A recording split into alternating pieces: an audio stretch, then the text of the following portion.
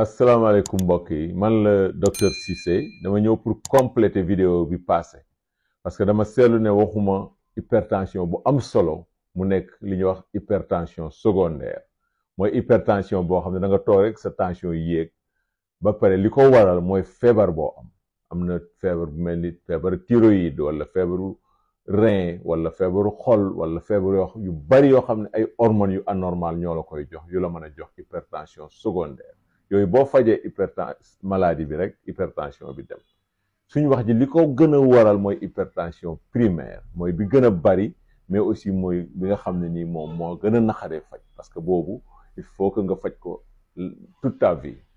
hypertension boobu yow mën nga yëg ci sa yaram li ñuy wax symptôme mën nga yëg ne yaa ngi am bopp buy métti mën nga yëg ne yaa ngi miir mën nga yëg ne yaa ngi am bourdonnement d'oreille wala sa vision floue wala ngay am sax douleur thoracique nga dem ci médecin bi bu la seetee ba gis dara ne la yow kat signes yi nga am suñ ko boolee yi nga yëg hypertension la léegi nag médecin bi xëy na du gis dara le plus souvent duñ gis dara